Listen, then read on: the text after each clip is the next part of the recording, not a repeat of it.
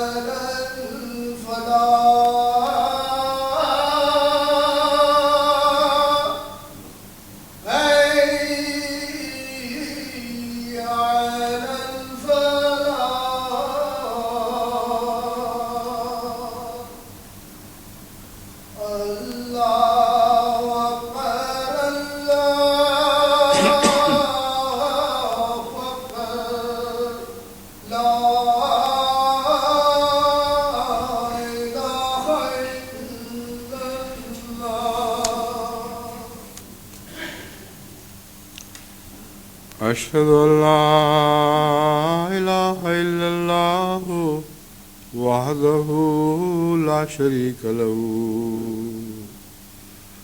وأشهد أن محمدا عبده ورسوله أما بعد فأعوذ بالله من الشيطان الرجيم بسم الله الرحمن الرحيم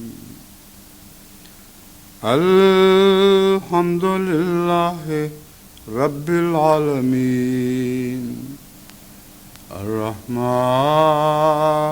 الرحيم مالك يوم الدين إياك نعبد وإياك نستعين اهدنا الصراط المستقيم صراط الذين أنعمت عليهم غير المغضوب عليهم ولا الضالين.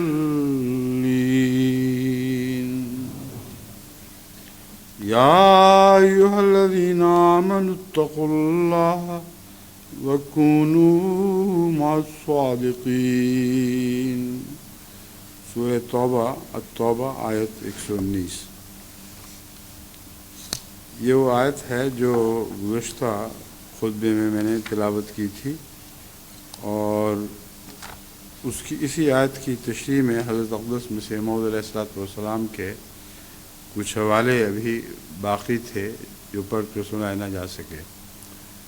تو میں نے گزشتہ خطبے میں اعلان کیا تھا کہ یہی مضمون آئندہ خطبے میں بھی جاری رہے گا، اور جب تک یہ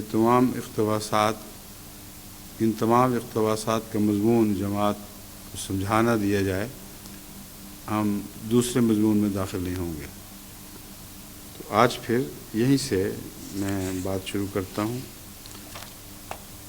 حضرت مسیح موعود علیہ السلام فرماتے ہیں، جب انسان ایک راست باز اور صادق کے پاس بیٹھتا ہے تو صدق اس میں کام کرتا ہے، لیکن جو راست بازوں کی صحبت کو چھوڑ کر بدوں اور شریروں کی صحبت اختیار کرتا ہے تو ان میں بدی اثر کر جاتی ہے۔ یہاں بیٹھتا ہے فرمایا ہے، جس کا مطلب ہے کہ براہ راست بعض نیکیوں کا اثر دوسرے انسان پر پڑتا ہے اور اس میں کسی گفتگو اور بولنے کی ضرورت بھی نہیں ہوتی، اگرچہ گفتگو بھی ہوتی ہے اور نیکی اور تقویٰ کا مضمون انسان راست بازوں سے ان کی گفتگو کے ذریعے بھی سیکھتا ہے، لیکن یہاں پہلی بات جو قابل غور ہے وہ یہ ہے کہ بیٹھتا ہے تو صدق اس میں کام کرتا ہے۔ یہ امر واقع ہے، اس کو ہم نے بہت تجربہ کر کے دیکھا ہے کہ جب کسی نیک انسان کے پاس بیٹھو تو اس کے نیک خیالات دل پر اثر کر رہے ہوتے ہیں۔ بعض دفعہ بچپن میں، بعض دفعہ نہیں، اکثر صحابہ کی صحبت میں بیٹھنے کا موقع ملا ہے، اور کئی ایسے صحابہ تھے جو خاموش رہا کرتے تھے اور ان کے پاس بیٹھنے سے ہی دل میں نیکی ترقی کرتی تھی اور خدا تعالیٰ کی طرف دل کا رجحان بڑھتا تھا۔ تو یہ خاموشی بھی بولتی ہے، لیکن اس کے علاوہ حضرت مسیح موعود علیہ السلام یہ مضمون بھی بیان فرماتے ہیں کہ جب پھر صدق والا باتیں کرتا ہے تو انسان ان سے بھی بہت فائدہ اٹھاتا ہے۔ بس جو راست بازوں کی صحبت کو چھوڑ کر بدوں اور شریروں کی صحبت اختیار کرتا ہے تو ان میں بدی اثر کر جاتی ہے۔ یہ بھی میں بارہا بیان کر چکا ہوں حضرت خلیفۃ المسیح اول کے حوالے سے بھی، کہ ایک شخص کو آپ نے، جس کے دل میں دہریانہ خیالات پیدا ہو رہے تھے، نماز میں جگہ بدلنے اور بعض دوستوں سے پرہیز کی نصیحت فرمائی، اور انہوں نے بعد میں عرض کیا کہ بالکل دل ٹھیک ہو گیا ہے۔ تو ایک بد خیال کا آدمی ضرور بد اثر کرتا ہے۔ ہم آتے ہیں، اسی لیے حدیث اور قرآن شریف میں صحبت بد سے پرہیز کرنے کی تاکید اور تحدید پائی جاتی ہے۔ صحبت بد سے جتنا دور بھاگو اتنا بہتر ہے۔ تحدید کا مطلب ہے کہ خدا تعالیٰ کی طرف سے ایک انذار ہے، ڈراوا ہے، اگر تم بروں کی صحبت میں بیٹھنے سے باز نہ آئے تو لازماً تمہارا بد انجام ہوگا۔ اور لکھا ہے کہ جہاں اللہ اور اس کے رسول صلی اللہ علیہ وآلہ وسلم کی اہانت ہوتی ہو اس مجلس سے فی الفور اٹھ جاؤ، ورنہ جو اہانت سن کر نہیں اٹھتا اس کا شمار بھی ان میں ہی ہوگا۔ اس مضمون کو میں پہلے بھی کھول چکا ہوں کہ جہاں اہانت ہوتی ہو وہاں سے فی الفور اٹھ جاؤ، مگر یہ ہو کیسے سکتا ہے کہ اہانت والی مجلس میں دوبارہ جانے کا بھی خیال ہو۔ یہ مضمون آگے حضرت اقدس مسیح موعود علیہ السلام پھر بھی کھول رہے ہیں، پہلے بھی میں نے بیان کیا تھا، اب بھی یہ بیان کر رہا ہوں کہ یہ ہمارے لیے بہت ہی ضروری مضمون ہے۔ اسے شدت کے ساتھ اور پورے خلوص کے ساتھ اپنی زندگی میں رائج کرنا چاہیے۔ اس طرح اللہ تعالیٰ کے فضل سے جماعت کو اصلاح کی بہت توفیق ملے گی۔ فرماتے ہیں صادقوں اور راست بازوں کے پاس رہنے والا بھی ان میں ہی شریک ہوتا ہے۔ اس لیے کس قدر ضرورت ہے اس عمل کی کہ انسان کونوا مع الصادقین کے پاک ارشاد پر عمل کرے۔ حدیث شریف میں آیا ہے کہ اللہ تعالیٰ ملائکہ کو دنیا میں بھیجتا ہے، فرشتوں کو دنیا میں بھیجتا ہے۔ یہ بھیجنا کیا معنی رکھتا ہے اس کی تفصیل میں یہاں جانے کی ضرورت نہیں، کیونکہ کوئی ایسے روحانی وجود نہیں ہیں جو جسمانی بھی ہوں اور ایک جگہ سے دوسری جگہ حرکت کرتے ہوں۔ یہ بہت ہی لطیف مضامین ہیں جن کو سمجھنا عام انسان کے بس کی بات نہیں، لیکن حضور صلی اللہ علیہ وآلہ وسلم نے ہمیں سمجھانے کی خاطر ایسی زبان استعمال فرمائی ہے جس سے ہم سمجھ سکتے ہیں۔ جیسے کوئی اوپر سے اتر کے نیچے آیا ہے، کسی مجلس میں با کے بیٹھ گیا ہے. فرشتے اس قسم کی حرکت تو نہیں کرتے. اور یہ مضمون حضور اکرم صلی اللہ علیہ وآلہ وسلم نے دوسری جگہ کھولا ہوا ہے، اور قرآن کریم نے اس پر بہت روشنی ڈالی ہے. لیکن ان لفظوں کو جیسے کہ میں بیان کر رہا ہوں، حضور اکرم صلی اللہ علیہ وآلہ وسلم کے الفاظ سمجھتے ہوئے کہ حضور اکرم کے الفاظ ہیں، ان کے نتیجے میں جو دل پر اثر ہوتا ہے اسے سمجھیں. ظاہری منظر کی تفصیل میں اور وہموں میں مبتلا ہونے کی ضرورت نہیں ہے. اب سنیں، وہ پاک لوگوں کی مجلس میں آتے ہیں اور جب واپس جاتے ہیں تو اللہ تعالیٰ ان سے پوچھتا ہے. اب واپس جاتے، یہ تشریح اس لیے ضروری تھی کہ خدا تو وہاں بھی ہے جہاں پاک لوگ ہیں. خدا تعالیٰ کو تو ان سب باتوں کا علم ہے جو وہاں ہو رہی ہیں، تو واپس کہاں جاتے ہیں؟ یہ صرف ایک نظارہ ہے جسے انسان بہتر سمجھ سکتا ہے. اس لیے ان کا صعود بھی وہیں ہوتا ہے جہاں وہ مجلس ہو، اور روحانی صعود ہوتا ہے جو خدا تعالیٰ کی ذات کی طرف حرکت کرتا ہے، جو وہیں موجود ہوتا ہے. بہرحال اب اس تشریح کے بعد اس کو سنیں، بہت ہی دلچسپ اور بہت ہی دل پہ گہرا اثر کرنے والی نصیحت ہے. فرماتے ہیں اللہ تعالیٰ ان سے پوچھتا ہے کہ تم نے کیا دیکھا؟ وہ کہتے ہیں کہ ہم نے ایک مجلس دیکھی ہے جس میں تیرا ذکر کر رہے تھے، مگر ایک شخص ان میں سے نہیں تھا. یعنی ایک شخص ایسا تھا جو ذکر کرنے والوں میں سے نہیں تھا.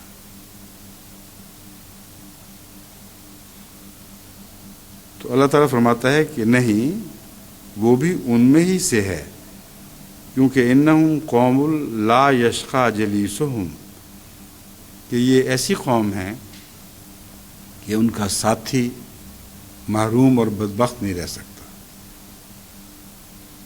کتنی عظیم الشان خوشخبری ہے.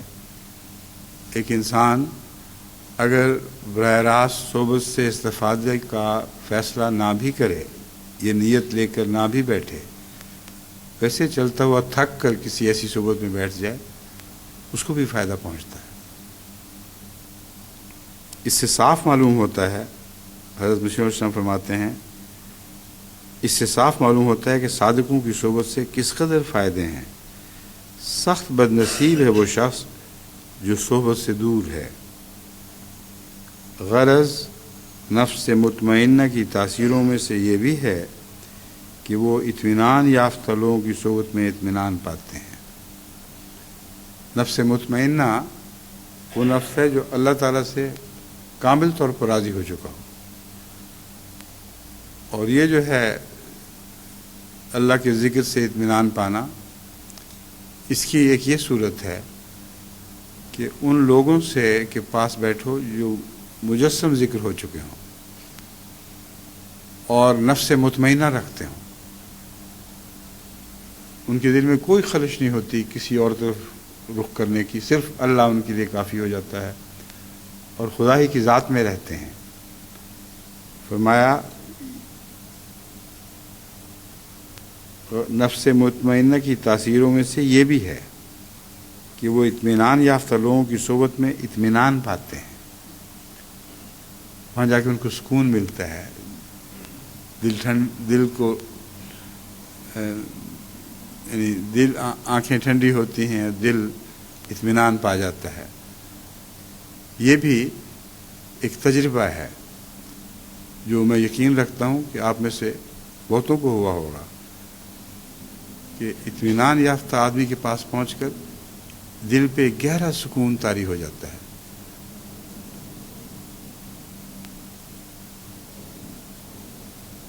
امارہ والے میں نفس امارہ کی تاثیریں ہوتی ہیں، جس کا دل ہر وقت اسے بدیوں کی تحریک کر رہا ہے. اس کے پاس بیٹھو گے تو تمہارے دل میں بھی وہ بدیوں کی تحریکیں شروع ہو جائیں گی. اور لوامہ والے میں لوامہ کی تاثیریں ہوتی ہیں. جس شخص کے پاس بیٹھو اگر وہ اس کا نفس بار بار اس کو اپنی کمزوریوں اور بدیوں پر ملامت کرتا ہو، تو جو پاس بیٹھتا ہے وہ بھی محسوس کرے گا کہ اس کے دل میں بھی اپنی کمزوریوں اور بدیوں پر ملامت کا رجحان پیدا ہو جاتا ہے۔ اور جو شخص نفس مطمئنہ والے کی صحبت میں بیٹھتا ہے اس پر بھی اطمینان اور سکینت کے آثار ہونے لگتے ہیں اور اندر ہی اندر اسے تسلی ملنے لگتی ہے۔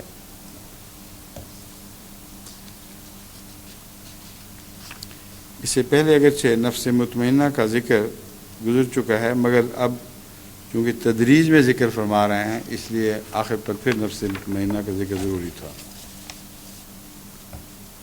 پھر فرماتے ہیں صادقوں کی صحبت میں رہنا ضروری ہے۔ بہت سے لوگ جو دور بیٹھ رہتے ہیں اور کہہ دیتے ہیں کہ کبھی آئیں گے، اس وقت فرصت نہیں ہے، بھلا 1300 سال کے موعود سلسلہ کو جو لوگ پالیں اور اس کی نصرت میں شامل نہ ہوں اور خدا اور رسول کے موعود کے پاس نہ بیٹھیں، وہ فلاح پا سکتے ہیں؟ ہرگز نہیں۔ یعنی دور کی بیعت ان معنوں میں کہ بیعت کی اور دور ہی بیٹھے رہے، اس کے نتیجے میں فلاح نصیب نہیں ہو سکتی۔ اب جو زمانہ آ گیا ہے اس میں تو خدا تعالیٰ کے فضل سے جماعت کروڑ سے بہت آگے بڑھ چکی ہے، اور ایسے دن اور یا سال آنے والے ہیں جبکہ ہر سال اللہ تعالیٰ کے فضل سے کروڑوں انسان جماعت میں داخل ہوں گے۔ تو یہ کیسے ممکن ہے کہ وہ سارے یہاں آ جائیں؟ اس چھوٹی سی مسجد میں یا کسی بڑی مسجد میں بھی میں بیٹھا ہوں، ناممکن ہے کہ حضرت مسیح موعود علیہ السلام کی جو شخص نمائندگی کر رہا ہو، جب بھی کر رہا ہو، ساری دنیا کے کروڑ ہا لوگ ان کے پاس پہنچ جائیں، اور اگر نہ پہنچیں تو ان پر حضرت مسیح موعود علیہ السلام کا یہ فتویٰ صادر ہو جائے کہ ہرگز وہ فلاح نہیں پا سکتے۔ اس دور میں اللہ تعالیٰ نے MTA ہمیں عطا فرما دی ہے، اور بالکل یہی احساس ہوتا ہے دور بیٹھے والوں کو کہ وہ اسی مجلس میں بیٹھے ہوئے ہیں، چاہے دنیا کے کسی کونے میں بس رہے ہوں، ان کے دل پر اتنا گہرا اثر پڑتا ہے مجلس کا کہ ان کو خیال بھی نہیں گزر رہا ہوتا کہ وہ کہیں اور بیٹھے ہوئے ہیں۔ بالکل ہمارے اندر بیچ میں اسی احساس کے ساتھ بیٹھے ہوتے ہیں جس طرح آپ یہاں ایک احساس کے ساتھ بیٹھے ہوتے ہیں۔ بہت سے خطوط مجھے ملتے ہیں، وہ کہتے ہیں ہم ایسی صورت میں اپنے آپ سے بالکل کھوئے جاتے ہیں، یہاں تک کہ جو چھوٹے بچے ہیں وہ تو اٹھ کر ٹی وی کی اسکرین کو انگلیاں لگاتے ہیں۔ ایک بچی نے لکھا کہ مجھے امی نے ساری بات سمجھائی کہ کیا لیس اللہ بکافٍ عبدہ وہ کیا مطلب ہے، اور یہ انگوٹھی کیوں پہنتے ہیں، اور حضرت مسیح موعود علیہ السلام کی انگوٹھی جو آپ پہنتے ہیں اس کا قصہ بھی سنایا۔ کہتی ہیں مجھے بے اختیار جب آپ کا ہاتھ انگوٹھی والا نظر آیا تو میں دوڑ کے گئی اور اسکرین پہ منہ لگا دیا کہ اس انگوٹھی کو چوموں۔ اب یہ بناوٹی باتیں نہیں ہیں، یہ محبت کے بے انتہا اور غیر اختیاری مظاہر ہیں جو جماعت احمدیہ کو اللہ تعالیٰ دکھا رہا ہے۔ بس یہ خیال دل میں پیدا ہونا کہ دور بیٹھے اب کیا کریں گے۔ اگر دور بیٹھے لوگ ٹیلی ویژن پر کم سے کم خطبہ سننے کا اہتمام کریں تو حضرت مسیح موعود علیہ السلام کی یہ مراد پوری ہو جاتی ہے کہ وہ آئیں اور صحبت سے فیض یافتہ ہوں۔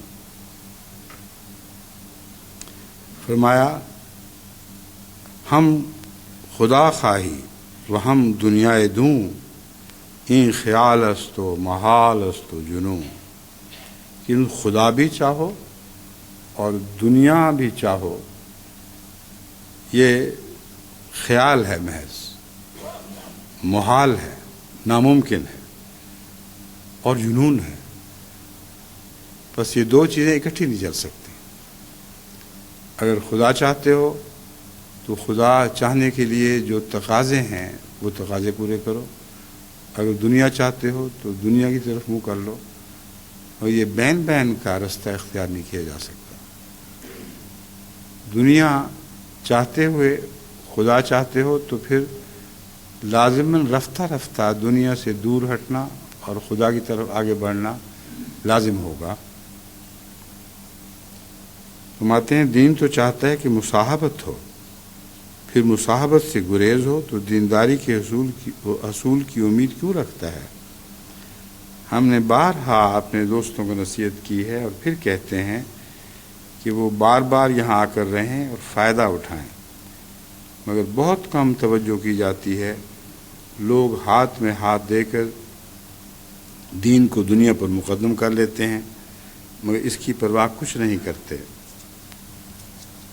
اب یہ جو مضمون بیان فرما رہے ہیں حضرت مسیح علیہ الصلوۃ والسلام، یہ اس زمانے کی باتیں ہیں جب کہ احمدیت کا آغاز تھا ابھی، اور لوگوں کو حضرت مسیح علیہ الصلوۃ والسلام کی اہمیت کا پورا احساس نہیں تھا۔ دور بیٹھے کبھی تعاون کے اثر سے کبھی کوئی اور نشان دیکھ کر بیعت تو کر لی، مگر دل میں وہ غیر معمولی پاک تبدیلی پیدا نہ ہو سکی، جس کے نتیجے میں بے اختیار وہ کشاں کشاں قادیان کی طرف چلے آئیں۔ ایسے لوگوں کی بے اتنائی کے اوپر حضرت مسیح علیہ السلام نے جو افسوس فرمایا ہے، آج آپ لوگ اس بے وقوفی میں مبتلا نہ ہوں کہ آج کے لوگ نئے آنے والے پہلوں سے بہت بہتر ہیں، اور یہ ہمارے زمانے کی پہلے زمانے پر ایک فضیلت ہے۔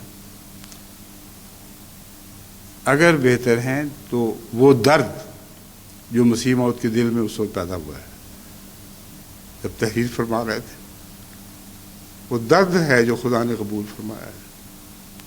اور 100% ہم آپ ہی کی جوتیوں کے غلام ہیں، اور آج جو حیرت انگیز معجزے دیکھ رہے ہیں یہ ان دعاؤں کا نتیجہ ہے۔ اس بات کو اگر کوئی شخص بھلا دے تو انتہائی بے وقوف ہوگا، اور وہ بالکل غلط اور باطل خیالات میں مبتلا ہو کر اپنا دین کھو سکتا ہے۔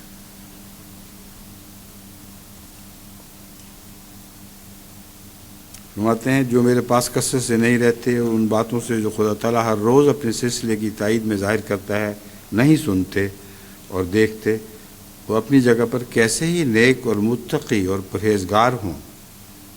یعنی ایسے بھی لوگ ہوں گے جو متقی اور پرہیزگار ہیں مگر دور بیٹھے ہیں اور اپنے ہی تقویٰ میں گم ہیں، مگر میں یہی کہوں گا کہ جیسا چاہیے انہوں نے قدر نہیں کی۔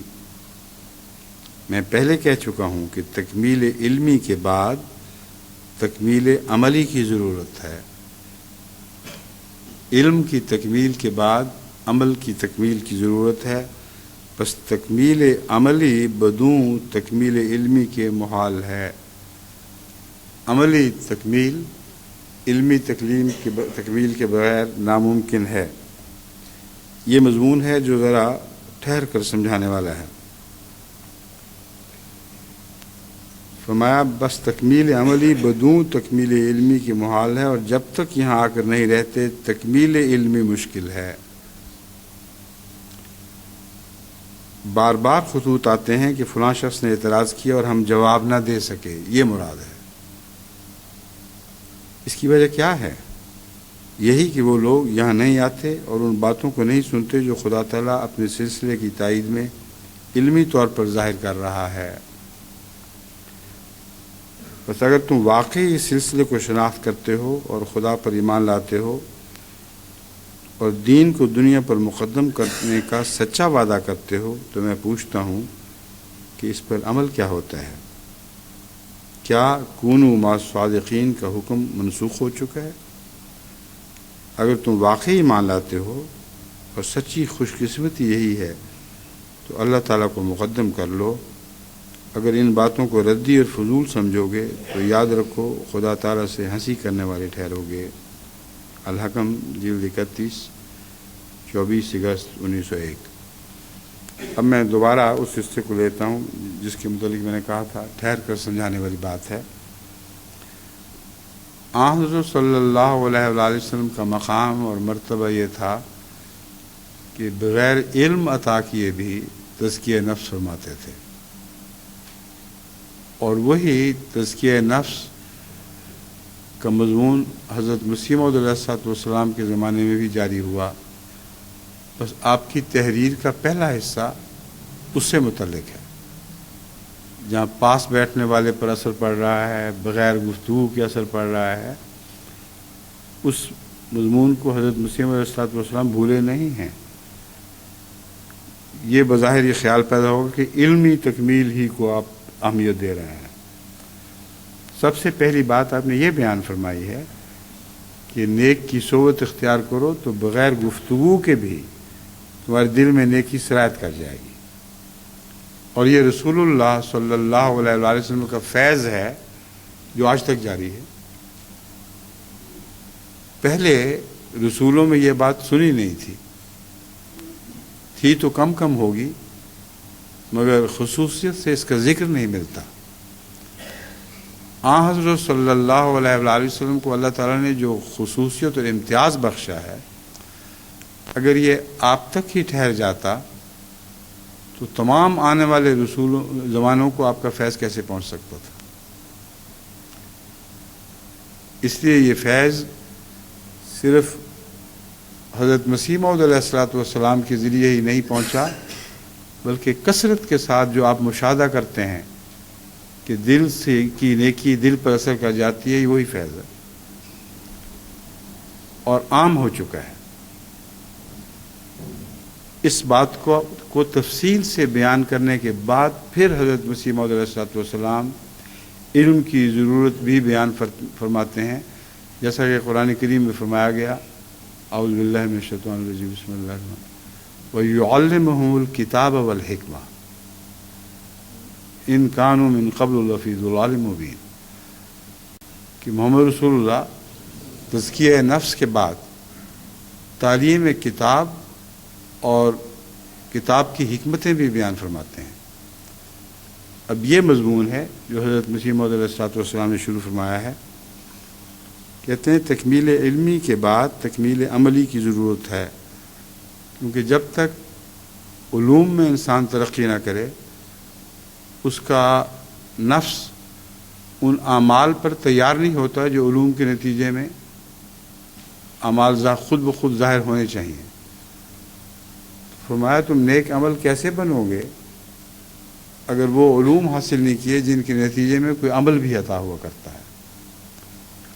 اگر علم سچا ہو اور واقعتاً انسان کو نصیب ہو جائے تو اس علم کے بعد ایک عمل لازم ہو جایا کرتا ہے۔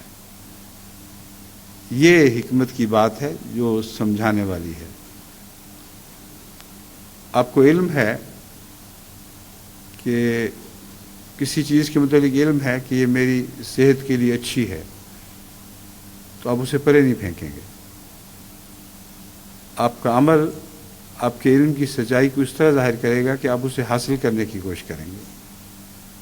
تمام انسانی جدوجہد علم کے نتیجے میں ہوتی ہے۔ جب ایک قسم کا جب یہ علم ہو کہ ایک چیز ہمارے لیے بری ہے تو لازماً از خود انسان اس سے پیچھے ہٹنے لگ جاتا ہے۔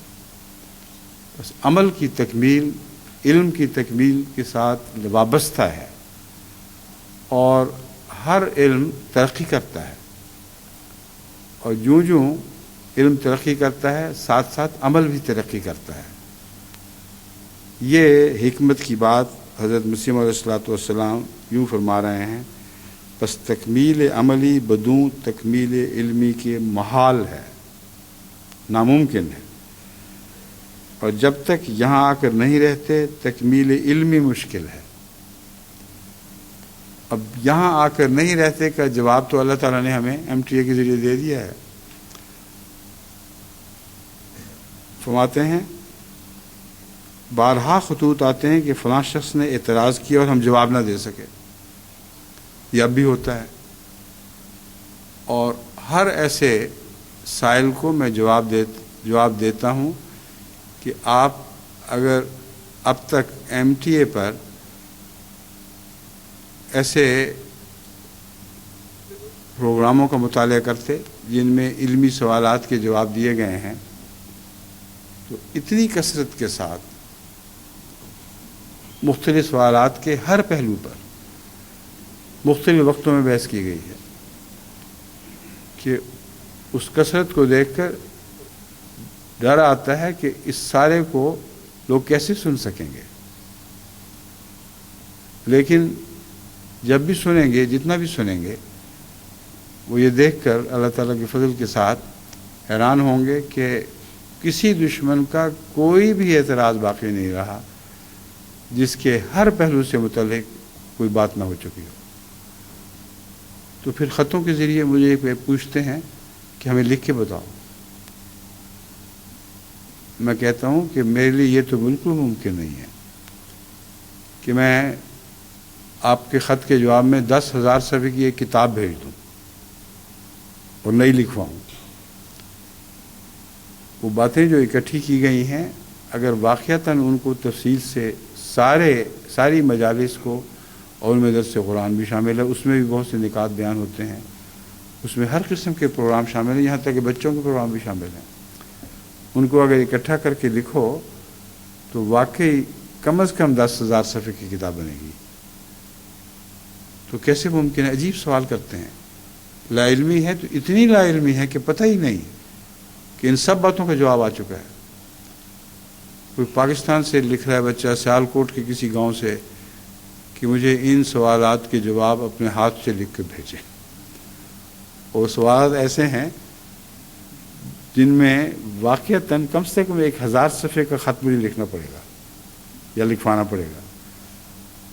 تو یہ بچگانہ باتیں چھوڑ دیں، عقل سے کام لیں. سارا مواد موجود ہے، اور جس کو یہ بھی علم نہیں اس کو تکمیل عملی کیسے ہوگی؟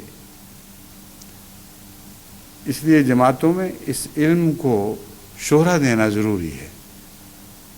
کثرت کے ساتھ اس علم کا انتشار کریں اور سب کو بتائیں کہ ہر قسم کے اعتراضات کے جواب ہیں. صرف ان کو اپنی جماعت کے متعلقہ شعبے کو یہ لکھنا ہے کہ ہمارے یہ سوالات ہیں، ان کے جواب کہاں کہاں ملیں گے. تو خدا تعالیٰ کے فضل سے وہ شعبہ ان کو بتا سکتا ہے. اور یہ خیال نہ کریں کہ ایک مضمون کی ایک کیسٹ میں وہ ساری باتیں آ جائیں گی.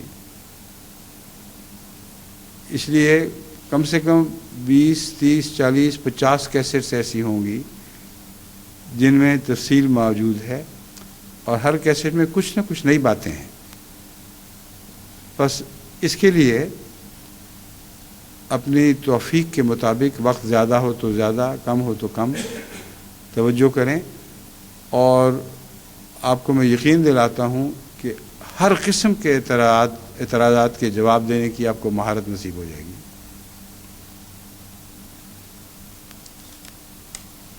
بارہا خطوط آتے ہیں، یہ مشن شام کے الفاظ ہیں کہ فلاں شخص نے اعتراض کیا اور ہم جواب نہ دے سکے.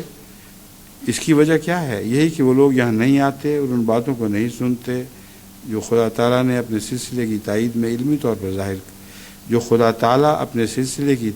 میں علمی طور پر ظاہر کر رہا ہے.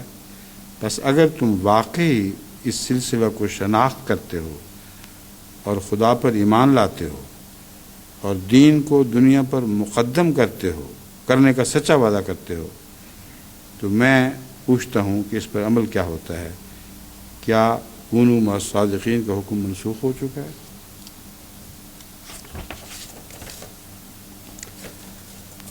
اسی مضمون کو آگے بڑھاتے ہوئے حضرت مسیح علیہ الصلوۃ والسلام فرما رہے ہیں کہ صدق صرف سچ بولنے کا نام نہیں. اسلامی اصطلاح میں جس کو صادق کہا جاتا ہے وہ سچ بولنے سے بہت زیادہ آگے اور وسیع اصطلاح ہے. صادق سے صرف یہی مراد نہیں کہ انسان زبان سے جھوٹ نہ بولے. یہ بات تو بہت سے ہندوؤں اور دہریوں میں بھی ہو سکتی ہے. یہ میرے واقعہ ہے. ہم کئی دفعہ ایسے ہندوؤں سے ملتے ہیں، مل چکا ہوں میں خود بھی، اور دہریہ مغربی لوگوں سے مل چکا ہوں جن میں یہ خوبی پائی جاتی ہے کہ وہ زبان سے جھوٹ نہیں بولتے۔ صادق سے مراد وہ شخص ہے جس کی ہر بات صداقت اور راستی ہونے کے علاوہ اس کی ہر حرکات و سکنات و قول سب صدق سے بھرے ہوئے ہیں۔ اس سچائی کی باتیں جب وہ کرتا ہے سچی باتیں کرتا ہے، مگر جب وہ سچی باتیں کرتا ہے تو وہ ساری سچی باتیں اس کے عمل میں نہیں ڈھلتی۔ یہ فرق ہے مومن صادق کا اور غیر مومن صادق کا۔ جو غیر مومن سچ بولنے والا ہے وہ ہزار سچ بولے لیکن دل میں خود جانتا ہے کہ میرے لیے اس پر عمل مشکل ہے اور میں نہیں کر سکتا۔ چنانچہ میری ایسی مجالس میں وہ واضح طور پر اقرار کرتے ہیں کہ بالکل ٹھیک کہا ہے، یہی اسلام کی تعلیم ہونی چاہیے، مگر ان کے چہروں سے دکھائی دیتا ہے کہ وہ عمل نہیں کر سکیں گے۔ تو یہ صدق ہے جو حضرت مسیح علیہ الصلوۃ والسلام جماعت میں دیکھنا چاہتے ہیں۔ مراد وہ شخص ہے جس کی ہر بات صداقت اور راستی ہونے کے علاوہ اس کے ہر حرکات و سکنات و قول سب صدق سے بھرے ہوئے ہوں، گویا یہ کہو کہ اس کا وجود ہی صدق ہو گیا ہے، یہ مکمل سچائی بن چکا ہے۔ اور اس صدق پر بہت سے تائیدی نشان اور آسمانی خوارق گواہ ہوں۔ یہ دوسرا پہلو میں نے پہلے بھی کھول کر بیان کر دیا تھا، اس لیے مزید تفصیل میں نہیں آتا، تو یہ سمجھاتا ہوں کہ یہ صدق کوئی چھپی رہنے والی بات نہیں ہے۔ جس کو یہ صدق نصیب ہو، یہ ہو ہی نہیں سکتا کہ اللہ اس کی تائید میں نشانات ظاہر فرمائے۔ اور اللہ تعالیٰ جو نشانات ظاہر فرماتا ہے وہ دنیا دیکھتی ہے اور دیکھ سکتی ہے۔ اس کی دعائیں قبول ہوتی ہیں، اس کو خدا تعالیٰ آئندہ کی خوشخبریاں دیتا ہے، دشمنوں کے ارادوں سے متنبع فرماتا ہے۔ یہی نہیں، سینکڑوں ہزاروں اور طریق ہیں جن سے اللہ تعالیٰ اپنے صادق بندے سے ایسا تعلق رکھتا ہے جو تعلق بولتا ہے، دل سے اچھلتا ہے اور اس کے ماحول میں پھیل جاتا ہے، اور لوگ اس خدا کے تعلق کی وجہ سے جان سکتے ہیں کہ یہ صادق ہے۔ اس کے صدق پر بہت سے تائیدی نشان اور آسمانی خوارق گواہ ہوں۔ خوارق سے مراد یہ ہے کہ عام نشانات نہیں، بلکہ ایسے نشانات جو روزمرہ کے قانون سے ہٹ کر دکھائی دیتے ہیں، اتنے غیر معمولی ہوتے ہیں کہ کوئی آدمی جو تعصب سے پاک ہو وہ ان کا انکار کر ہی نہیں سکتا۔ ایسے خوارق کثرت سے حضرت صلی اللہ علیہ وآلہ وسلم کو عطا ہوئے، اور ایسے خوارق حضرت مسیح موعود علیہ الصلوۃ والسلام کو بھی عطا ہوئے۔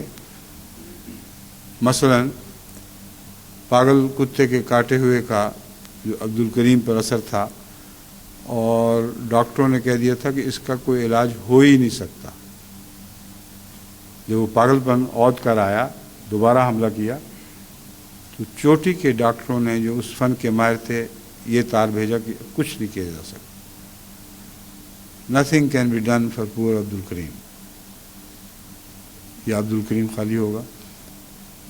مسیح علیہ السلام نے دعا کی، اور اس کے نتیجے میں اللہ تعالیٰ نے بتا دیا کہ عبد الکریم ٹھیک ہو جائے گا۔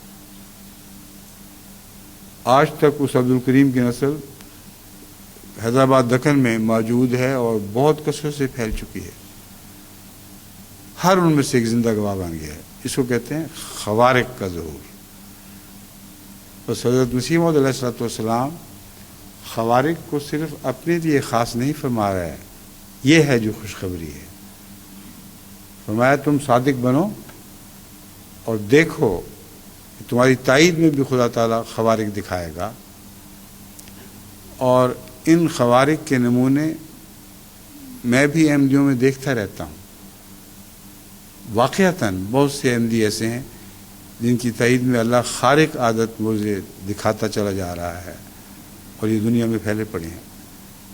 بس اس وجہ سے وہ صادق بننے کی کوشش کریں جن کے لیے خدا تقدیر کو حرکت دیتا ہے اور وہ انسانی تدبیروں پہ غالب آ جایا کرتی ہے۔ اگر ایسے صادق بن جائیں گے تو پھر دیکھیں تو صحیح کہ دنیا میں احمدیت کس شان کے ساتھ پھیلتی اور کیسے کیسے کیسے دنیا کی اصلاح کرتی ہے، کتنے عظیم الشان فوائد احمدیت سے وابستہ ہو جاتے ہیں۔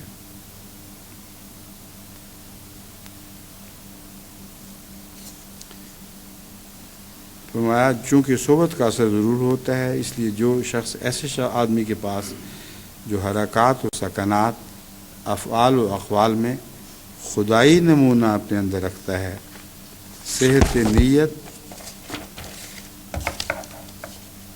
پاک ارادے اور مستقیم جستجو سے ایک مدت تک رہے گا، تو یقین کامل ہے کہ اگر وہ دہریہ بھی ہو تو آخر خدا تعالیٰ کے وجود پر ایمان لے آئے گا، کیونکہ صادق کا وجود خدا نما وجود ہوا کرتا ہے۔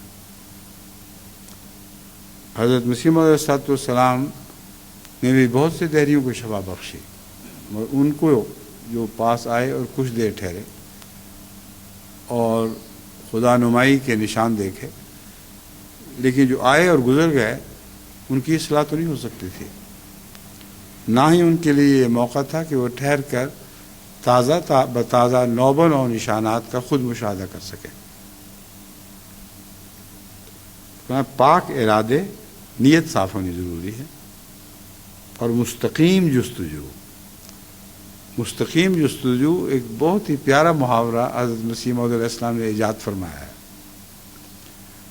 فرمایا جستجو سرسری بھی تو ہو جاتی ہے، دیکھا کوئی چیز نہیں ملی چلے گیا، کوئی بھی نہیں وہاں، لیکن ایک چیز کا کھوج لگانے کے لیے جس طرح پولیس بعض دفعہ نشانات ڈھونڈتی پھرتی ہے قتل کے، اس کو کہتے ہیں مستقیم جستجو۔ وہ چھوڑتے نہیں اس بات کو، بڑی استقامت کے ساتھ خالی میدان دکھائی دے رہا ہے، وہ کوئی بھی نشان نہیں، گھاس کے پتی پتی کو الٹ کے دیکھ رہے ہوتے ہیں۔ بعض دفعہ ہزارہا آدمی پولیس کے ساتھ اس مستقیم جستجو میں شامل ہو جاتے ہیں اور بالآخر وہ پھل لاتی ہے۔ ایک مچھلی پکڑنے والا بعض دفعہ سارا دن وہاں بیٹھا رہتا ہے، اس کو جستجو ہے کہ مچھلی ہاتھ آئے، اور بعض دفعہ ایک دن، 2 دن، 3 دن کے بعد بہت بڑی مچھلی پکڑ لیتا ہے، اور وہ ساری زندگی فخر سے دکھاتا پھرتا ہے کہ یہ اتنی بڑی مچھلی میں نے پکڑی تھی۔ وہ مچھلی تو نہیں دکھا سکتا، مگر اس کا ڈھانچہ بنا کر دیواروں پہ سجا لیتا ہے۔ بس اس کو مستقیم جستجو کہتے ہیں۔ حضرت مسیح علیہ السلام فرما رہے ہیں پاک ارادہ ہو تو پھر جستجو بھی مستقیم ہو۔ میں جو کہتا ہوں کہ خدا مجھے نشان دکھاتا ہے، تو ایک مچھلی پکڑنے والے، ایک نشان تلاش کرنے والی پولیس سے زیادہ خدا کی قیمت اس کے دل میں ہونی چاہیے۔ اتنے بڑے وجود کی باتیں میں کر رہا ہوں اور آیا اور چلا گیا تو بڑی بیوقوفی ہے۔ تو بیٹھا رہے، دیکھتا رہے، غور کرے کہ کون سا نشان ظاہر ہو رہا ہے۔ جب وہ غور کی آنکھ کے ساتھ دیکھے گا تو اس کو کثرت سے نشان دکھائی دینے لگیں گے۔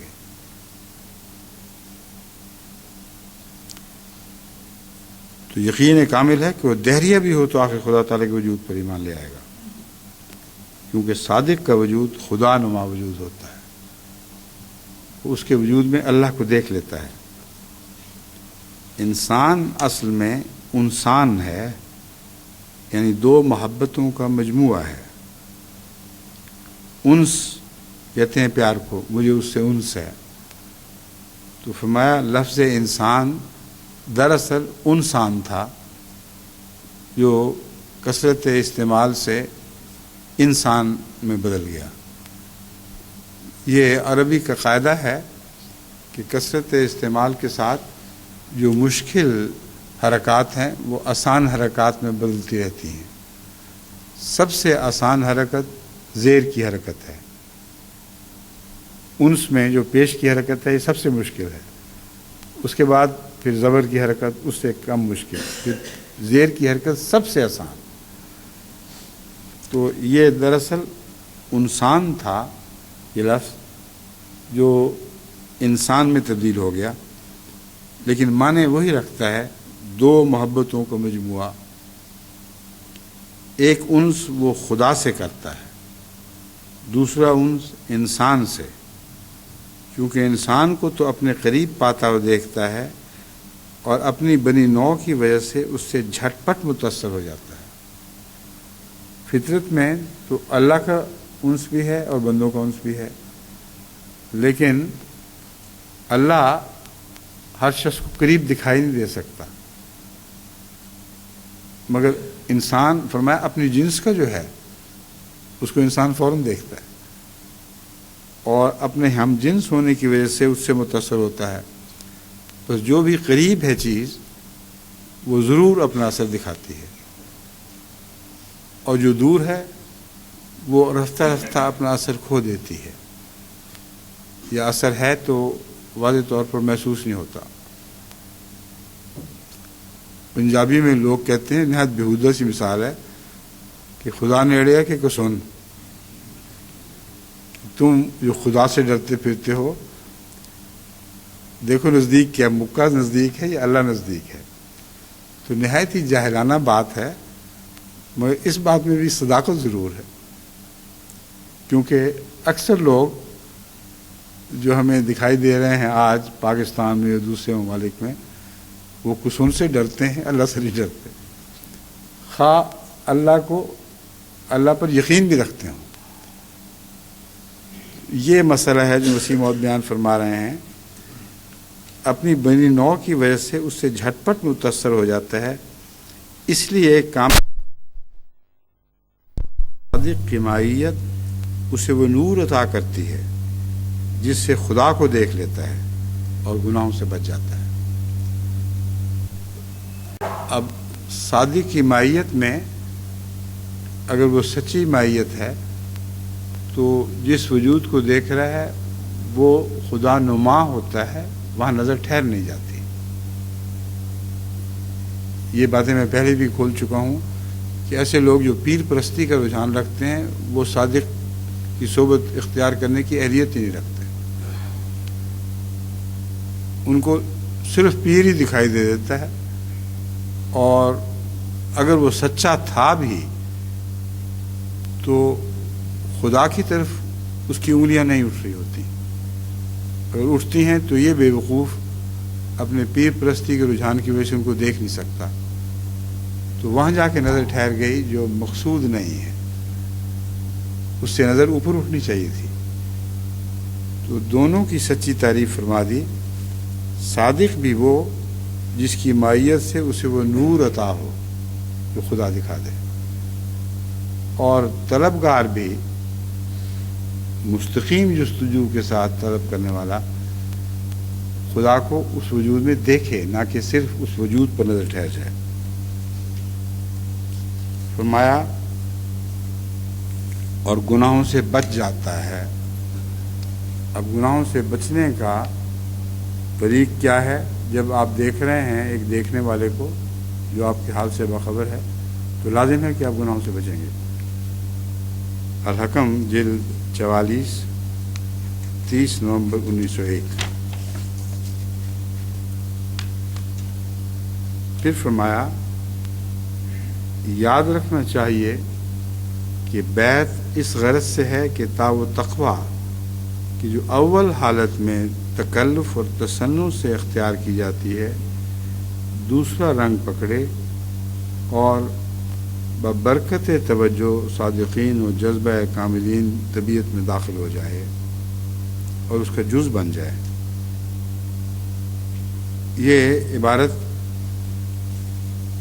مشکل عبارت ہے، کیونکہ حضرت مسیح علیہ السلام بعض دفعہ ایسی اصطلاحیں استعمال فرمانے پر مجبور ہوتے ہیں جو تھوڑے لفظوں میں زیادہ بات لوگوں تک پہنچا سکیں. تو یہ عربی کے مشکل لفظ ہیں، اور ایسے مشکل لفظ ہیں جو بسا اوقات علماء کے لیے بھی سمجھنا مشکل ہوتی ہے. اس لیے فرماتے ہیں، میں عرض کر دیتا ہوں کیا مطلب ہے۔ وہ تقویٰ کہ جو اول حالت میں تکلف اور تصنع سے اختیار کی جاتی ہے۔ پہلے بات تو یہ سوچنے والی بات ہے کہ تقویٰ کو مذکر بھی بیان فرمایا مسیح موعود علیہ الصلوۃ والسلام نے اور مؤنث بھی۔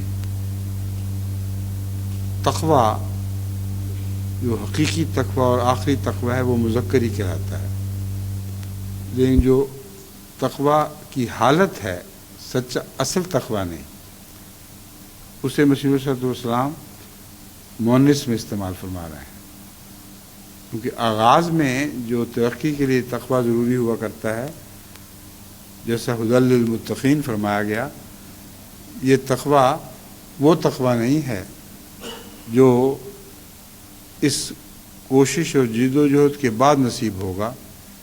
جو ابتدائی تقویٰ انسان کو عطا کرتا ہے، یعنی جد و جہد اور کوشش ایک تقویٰ کی ابتدائی حالت کا نام ہے۔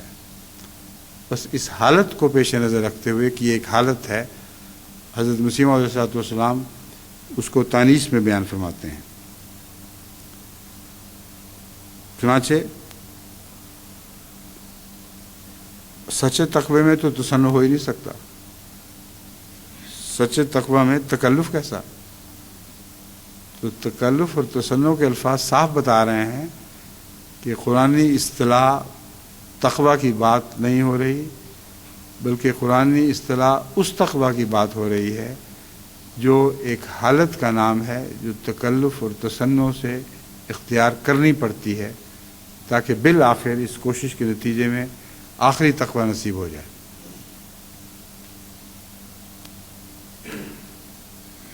دوسرا فرمایا جو اول حالت میں تکلف اور تصنع سے اختیار کی جاتی ہے، دوسرا رنگ پکڑے۔ یہ دوسرا رنگ ہے جو جس میں اصل راز چھپا ہوا ہے۔ یہ تکلف والا تقویٰ جب تک دوسرا رنگ نہ پکڑے، یعنی وہ تقویٰ کا رنگ جس کو قرآن کریم کی اصطلاح میں ایک مذکر کے طور پر پیش کیا گیا ہے، اور اردو میں بھی ہم ہمیشہ اسے مذکر ہی استعمال کرتے ہیں، جب تک یہ ابتدائی حالت اس حالت میں تبدیل نہیں ہو جاتی جو تقویٰ کا دوسرا رنگ ہے، اس وقت تک یہ جد و جہد جاری رہنی چاہیے، اور ببرکت توجہ صادقین و جذبہ کاملین طبیعت میں داخل ہو جائے۔ یہ جو دوسرا رنگ ہے، اس کو طبیعت میں داخل کرنے کے لیے صادقین کی توجہ ضروری ہوا کرتی ہے، وہ جذبہ کاملین، اور جو کامل لوگ ہیں ان کا جذبہ ہے جس کے نتیجے میں یہ دوسرا رنگ دل پر نقش ہو جاتا ہے اور دل پر قبضہ جما لیتا ہے۔ یہ ہے صادقوں کی برکت اور کاملین کے جذبے کی وجہ سے۔ اب یہاں جذبہ کیسا؟ کاملین جب ایسے شخص کو دیکھتے ہیں جد و جہد میں مبتلا، تو ان کے دل میں ایک غیر معمولی محبت کا جذبہ ان کے لیے اٹھتا ہے، ان کے فکر میں مبتلا ہوتے ہیں اور ان کے لیے دعائیں کرتے ہیں۔ یہی جذبہ حضرت اقدس محمد مصطفیٰ صلی اللہ علیہ وآلہ وسلم کی زندگی میں ہمیں صحابہ میں کار فرما دکھائی دیتا ہے، اور بکثرت احادیث میں گواہیاں موجود ہیں کہ رسول اللہ صلی اللہ علیہ وآلہ وسلم کسی کی ابتدائی حالت دیکھ کر اس پہ رحم فرمایا کرتے تھے اور دعا کیا کرتے تھے، تمنا کرتے تھے کہ یہ ادنا سے اعلیٰ حالتوں کی طرف منتقل ہو۔ یہ وہ جذبہ کاملین ہے جو طبیعت میں داخل ہو جائے۔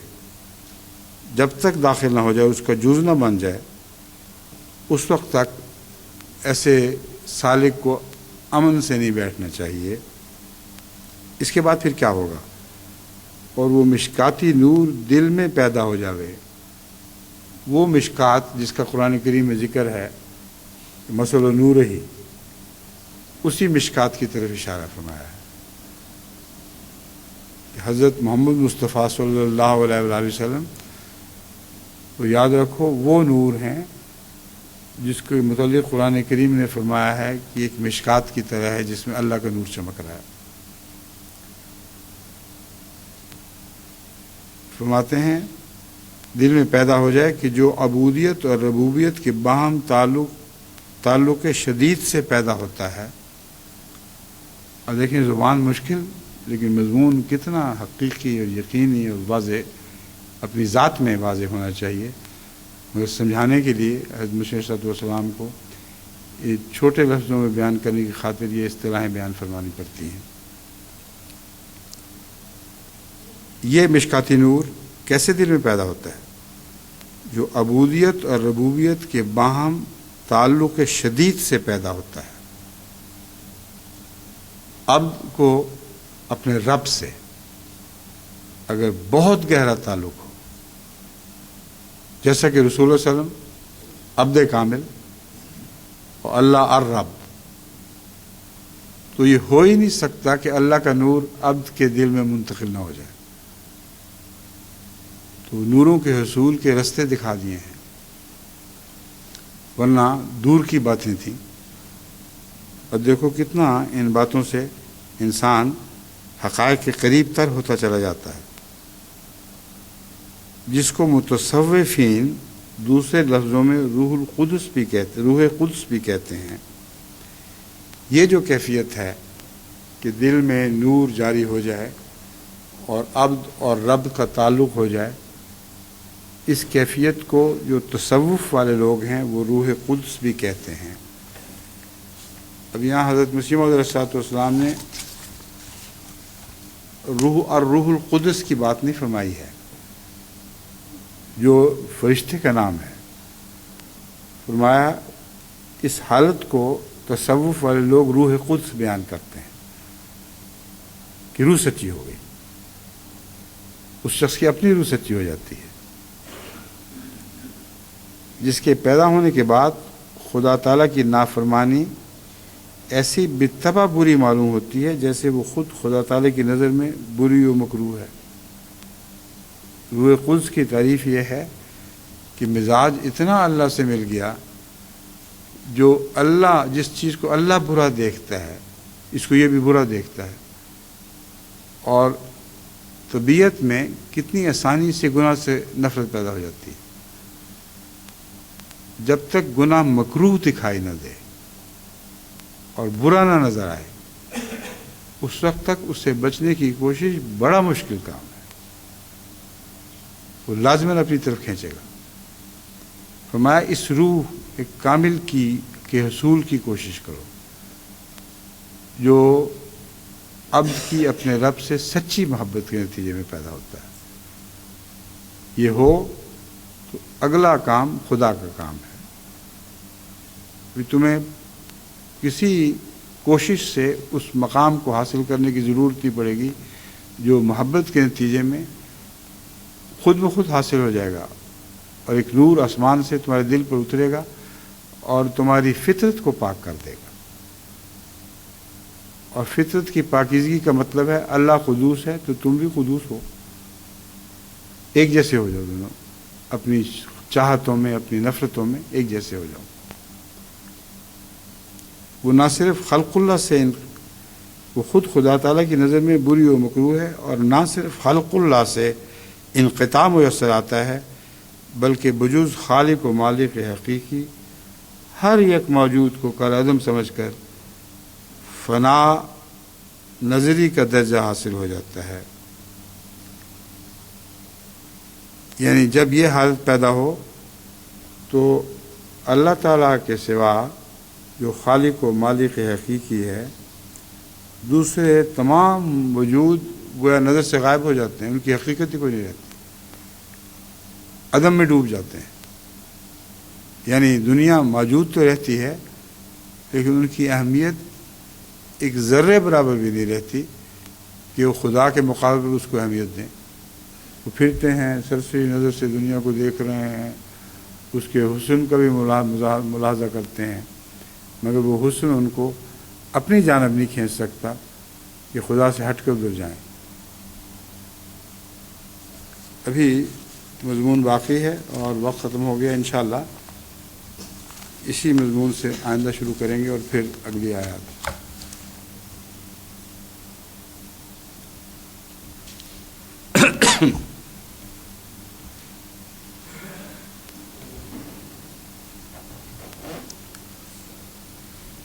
الحمد لله نحمده ونستعينه ونستغفره ونؤمن به ونتوكل عليه ونعوذ بالله من شرور أنفسنا ومن سيئات أعمالنا من يهده الله فلا مضل له من يهده الله فلا مضل له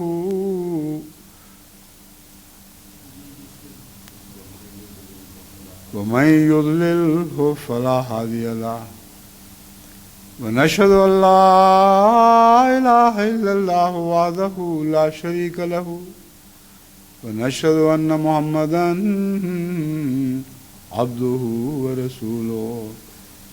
عباد الله رحمكم الله إن الله يأمر بالعدل والإحسان وإيتاء ذي القربى وينهى عن الفحشاء والمنكر والبغي يعظكم لعلكم تذكرون. اذكروا الله يذكركم وادعوه يستجب لكم ولذكر الله أكبر.